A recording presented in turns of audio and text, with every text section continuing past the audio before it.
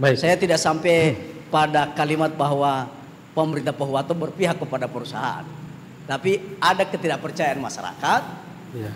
kepada mereka sehingga kantornya dibakar. Kira-kira begitu. Ya, baik. Pelampiasan emosi ya.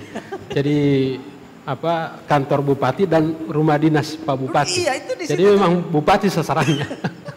Di situlah masalah. Baik. Terima kasih Pak Dr. Salahuddin.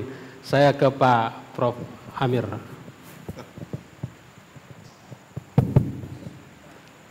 Baik, Bismillahirrahmanirrahim. Assalamualaikum warahmatullahi wabarakatuh.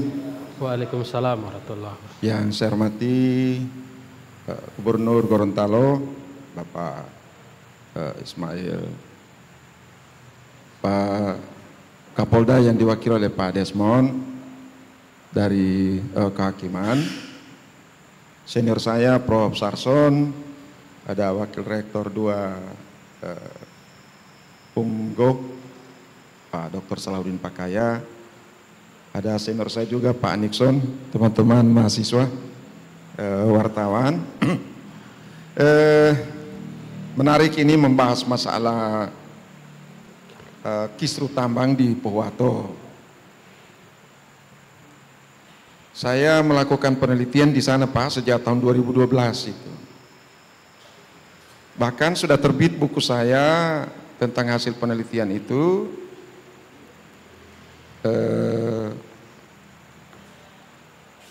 Tahun 2013 buku itu terbit. Pemanfaatan sumber daya tambang di Kabupaten Pohuwato itu dari perspektif sosial ekonomi dan kelembagaan itu. Iya. Salah satu kesimpulan yang saya sampaikan waktu itu dalam buku itu dengan menggunakan pendekatan teori analisis hierarki proses itu, ada prioritas struktur yang paling utama yang harus diselesaikan oleh pemerintah, karena dengan AHP itu ada triparty yang kita hadirkan, aktornya yaitu pemerintah, penambang, dan masyarakat itu. Total responden saya waktu itu dari representasi, karena ada lingkar 1, lingkar 2, lingkar 3 itu, mulai dari Kecamatan Dengilo, Kecamatan Marisa, terus yang di atas itu saya lupa, termasuk Randangan, kemudian Patilanggio, sampai ke sana, Taluditi. Itu lingkar 3 itu Pak. Karena di istilah tambang itu ada lingkar 1, dan itu yang paling sensitif sekali, yaitu Dengilo dengan Buntulia itu. Iya. Lingkar 2 itu Marisa, Patilanggio, kemudian lingkar 3 termasuk Taluditi.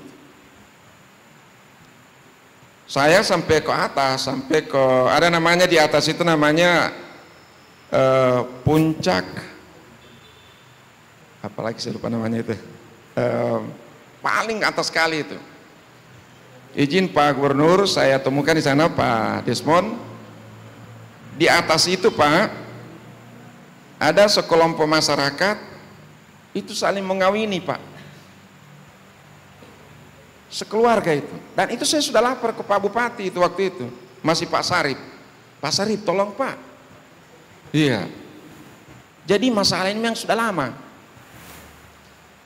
Mereka sebenarnya bukan penduduk asli di sana, tapi mereka karena berpindah-pindah, bukan Pelahi juga, sudah penduduk Pak.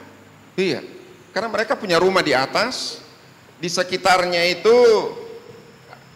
ada kegiatan pertambangan tradisional, ya, Ilota namanya, puncak Ilota. Itu kalau dari bawah itu sampai ke atas sekitar, kalau jalan kaki 3 jam sampai mencapai puncak Ilota. Kelihatan begini sudah buol Pak, itu jauh sekali. Dan itulah ya, kita harus bicara kebenaran Pak, tidak boleh common sense itu. kalau masalah ini. Iya, artinya kebenaran ilmiah itu, pendekatannya itu. Saya temukan di sana itu masalah sosial itu luar biasa.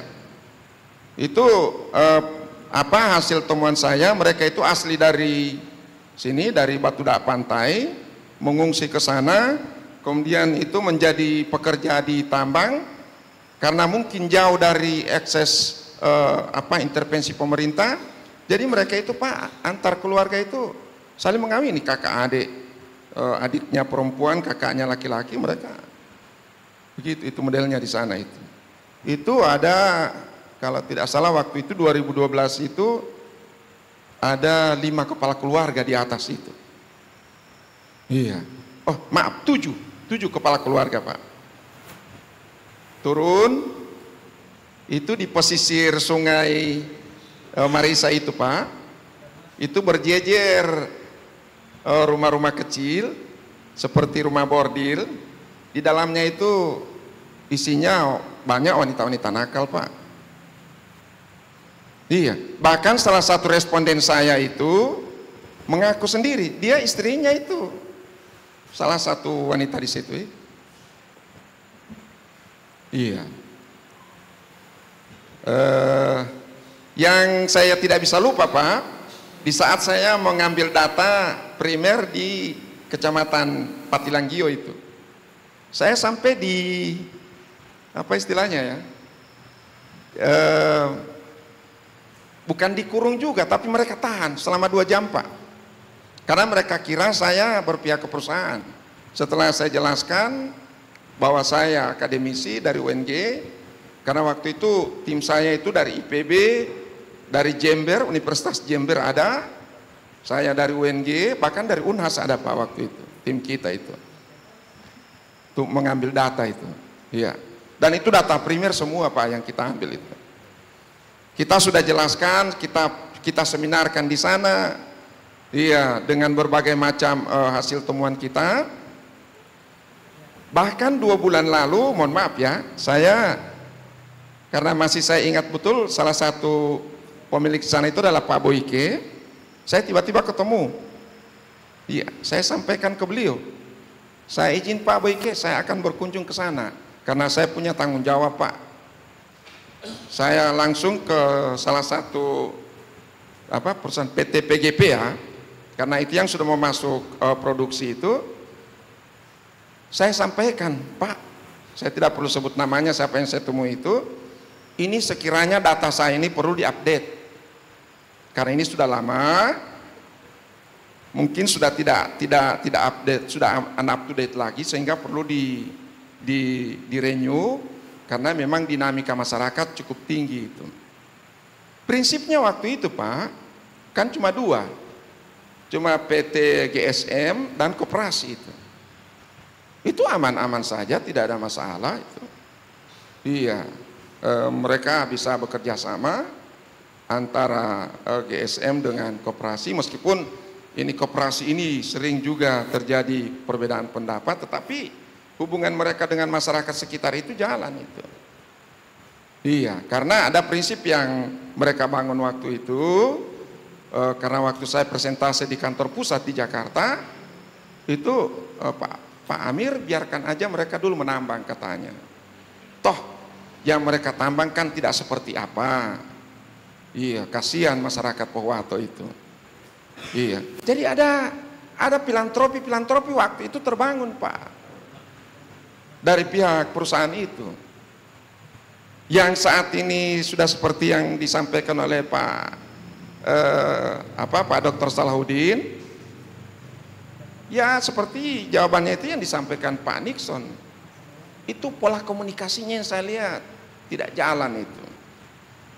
Artinya begini, benar bahwa mohon ini jangan selalu dilihat dari perspektif hukum. Dan kalau dia tali asi itu lebih diarahkan ke sana, seakan-akan pendekatannya adalah pendekatan fisik, saya kurang yakin Pak itu bisa menyelesaikan masalah di sana. Mengapa? Masyarakat itu Pak, haknya itu tidak boleh hanya dinilai dari sisi materi atau fisik. Hak masyarakat itu termasuk mereka merasa nyaman tinggal di sekitar lingkar kawasan itu. Kapan mereka merasa terusik dari berbagai macam aspek, ini benih-benih seperti ini akan menjadi pemicu lagi itu. Misalnya jalan yang biasa dia lalui kok tiba-tiba ditutup, itu kan berarti dia tidak merasa nyaman itu. Iya. Atau mungkin dia, kenapa saya ini cuma begini? Saya ini ada anak, ada cucu, ada keluarga. Kok yang bekerja di dalam itu orang lain itu? Ini kan kenyamanan begini ini yang, mohon maaf ya, saya bukan orang hukum ini. Saya lebih melihat dari perspektif sosial ekonominya itu. Ini dia yang perlu diperhatikan, Pak. Dan saya tahu benar itu. Saya masih ingat itu masyarakat sekitar di sana itu. Sehingga saya berani naik sampai ke atas itu. Ada foto-foto saya itu. Saya bisa buktikan itu. Nah, ini yang jadi persoalan ini. Itu yang pertama. Yang kedua, saya lihat dari pola komunikasi membentuk aset tambang di sana itu jadi samar-samar itu. Sehingga ini menjadi informasi yang tidak simetris antar para aktor, para pihak, masyarakat dan seluruhnya, sehingga benar yang disampaikan Pak Salahuddin tadi, kok tambang yang dipersoalkan, masa kantor bupati yang dibakar itu. Pak, saya sering berpesan sama mereka di sana karena saya lama bergabung dengan mereka. Saya bilang gini, orang Gorontalo itu dari timur sampai ke barat itu orang Gorontalo semua. Tidak ada campuran di sini, Pak. Beda dengan Sulawesi Selatan atau Sulawesi Utara. Ada suku-suku lain. Sulawesi Utara itu ada Mongondo, ada Sangir, ada Minahasa yang suku asli di sana. Ada suku-suku kecil itu. Kalau di sini Gorontalo semua, Pak. Karena demikian, ini perlu diperhatikan. Iya. Perlu ada prioritas-prioritas yang sesuai dengan hasil analisis kami, itu tolong, Pak, diimplementasikan dari berbagai macam program itu. Nah, ini juga informasi buat Pak Gubernur.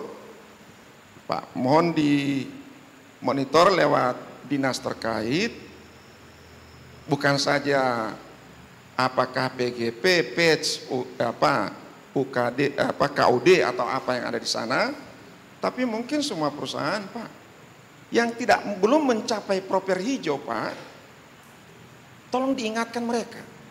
Karena kalau memenuhi SOP itu, yakinilah ekses-ekses seperti ini kecil sekali kejadiannya itu. Mungkin ada luapannya. Karena kalau dia proper hijau, Pak, apa sih yang dia tidak penuhi di situ? Dan itu semua ada punishment-nya. Bayangkan siapa yang harus menerima istilah tadi itu, tali asi dan seterusnya. By name, Pak, by address. Foto ada di situ. Dan dia tersistem. Tidak boleh dibohongi. Gak bisa, Pak. Siapa yang penerima itu? Semua tersistem itu. Itu di proper nomor 21 Kementerian KLHK, Pak. Jelas sekali itu. Meskipun ada ekses-ekses yang terjadi, insya Allah kecil itu kejadiannya itu. Nah, ini yang saya lihat.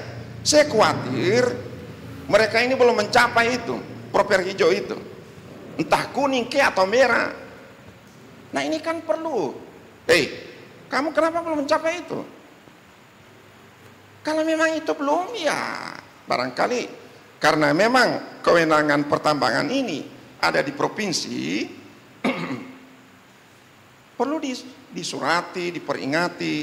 Setelah itu mereka mungkin sampai mungkin kalau perlu diberi sanksi itu.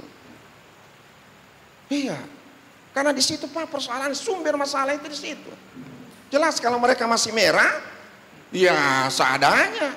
Mungkin hal-hal yang sifatnya yang belum mereka laksanakan itu ya seperti itu.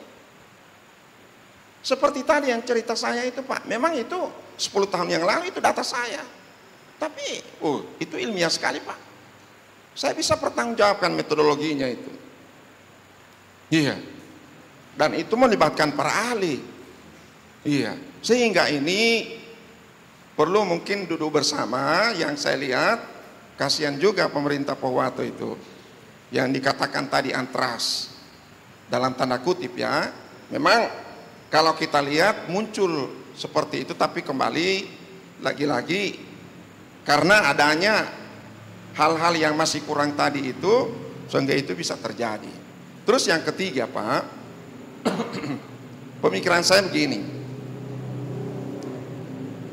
secepatnya pemerintah Pohuwato ya melalui pemerintah provinsi, alhamdulillah Pak Gubernur ada hadir di sini ini, memilih mana yang menjadi skala prioritas dari kunci-kunci persoalan ini Pak.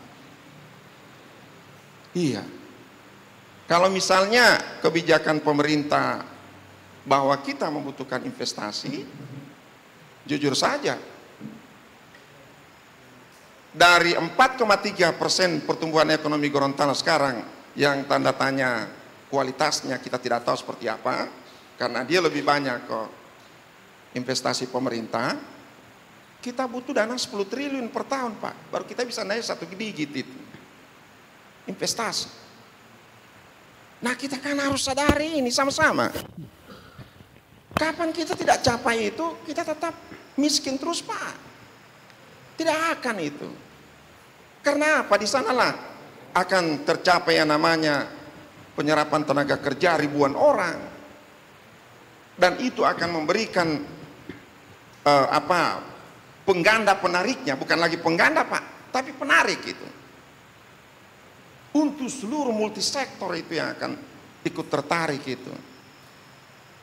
Dan sebenarnya Pohuwato selama ini merupakan salah satu tujuan investasi terbesar di Provinsi Gorontalo. Yang kita sayangkan dengan kejadian begini, mungkin ini juga menjadi koreksi ya, otokritik buat teman-teman di Pohuwato termasuk Pemda di sana, untuk mungkin menata pemerintahannya, tata kelolanya terutama di sektor investasi itu. Terus yang keempat, saya jujur saja perlu Pak di sana itu saat ini ya perlu ada kehadiran multi pihak dan tidak perlu banyak orang. Dalam bentuk apa saja, saya tidak tahu juga namanya seperti apa, tapi mungkin kriteria yang pertama itu orang-orang yang ada di dalamnya itu betul-betul memiliki integritas gitu. Segera, karena tadi sampaikan Pak Salahuddin, ini besok akan ada lagi unjuk rasa. Lusa kita tidak tahu seperti apa. Karena apa? Saya lihat solusi yang dibangun di sana itu belum memilih mana yang paling prioritas itu untuk diselesaikan itu.